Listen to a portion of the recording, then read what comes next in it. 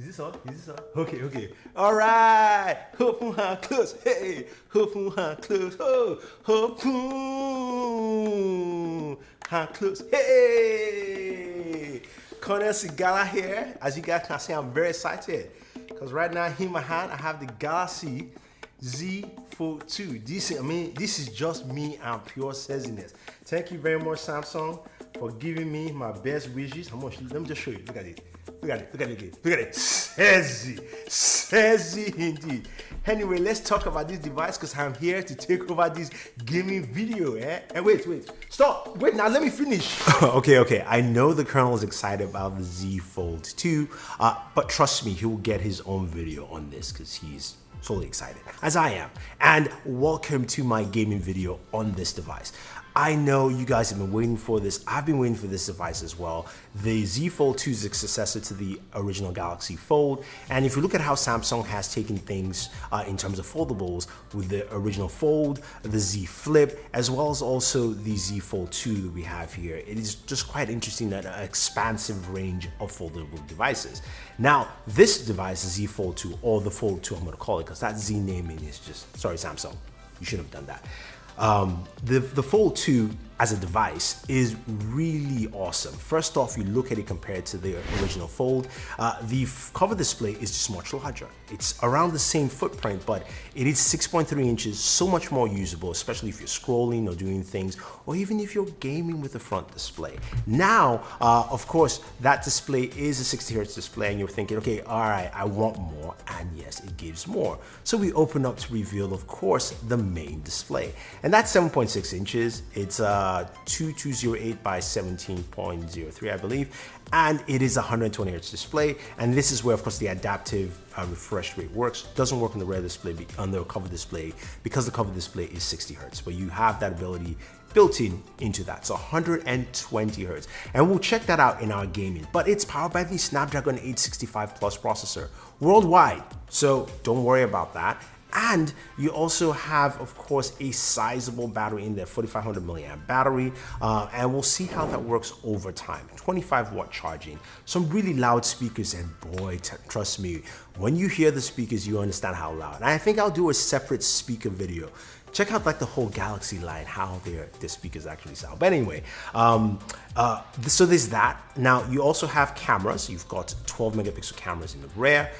The front-facing camera on the cover display is 10 megapixels, and the front-facing camera on the internal display is 10 as well. There's also a screen protector. I'm going to remind you guys, there's a screen protector on the display which can be taken off, but you shouldn't. If you want to, you can contact Samsung and they can get you a replacement or fix that, give you a screen protector. But I'm just letting you guys know there is one, so if you see something there, it's a screen protector.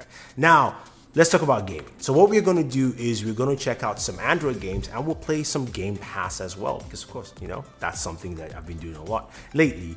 We'll see how it plays. We'll look at benchmarks from Geekbench Pro, which is providing us benchmarks for this video, and then we'll go ahead and we'll round this bad boy up. So let's do some gaming. Cover me, reloading. Down.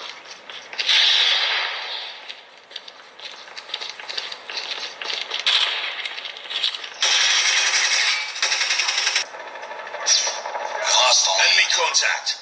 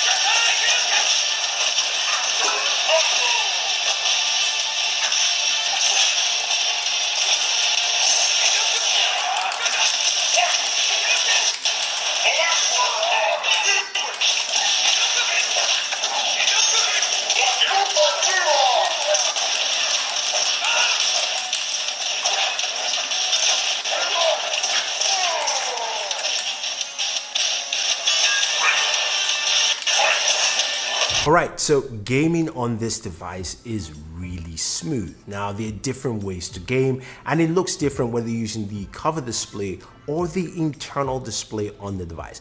When it comes to benchmarks, which I'm sure you guys are waiting for, looking at the benchmarks of Call of Duty, which we put on our max settings, its median FPS was 60 FPS. Its FPS stability is 100%, so it stayed at that 60 throughout most of its gameplay. CPU usage was about 8.31%, while GPU is higher at 32%. They used about a gig of memory, so that's how much I was using to play the game.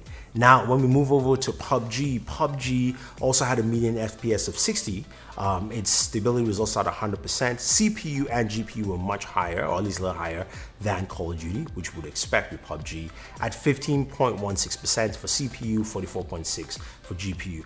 Memory usage was less at 874, and peak memory was about 875. So it uses less memory, but more of the CPU and GPU. Now, Vainglory, which runs at 120 frames per second, to see how it is, especially all this is stats from the internal display.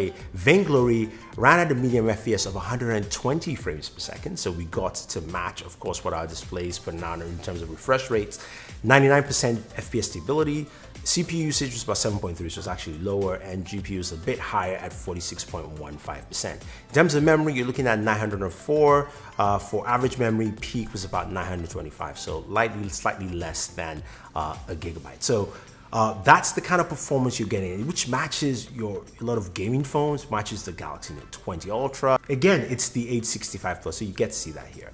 Now, Game Pass, I wanted to just see what kind of performance you're getting, because you know what? You want to play console games on your smartphone, at least at the console level. So a median FPS was 57 frames per second, which is actually not bad, it's close to 60. Stability is about 94%. Again, this is Game Pass beta, so this is not the final product, so this most likely will change.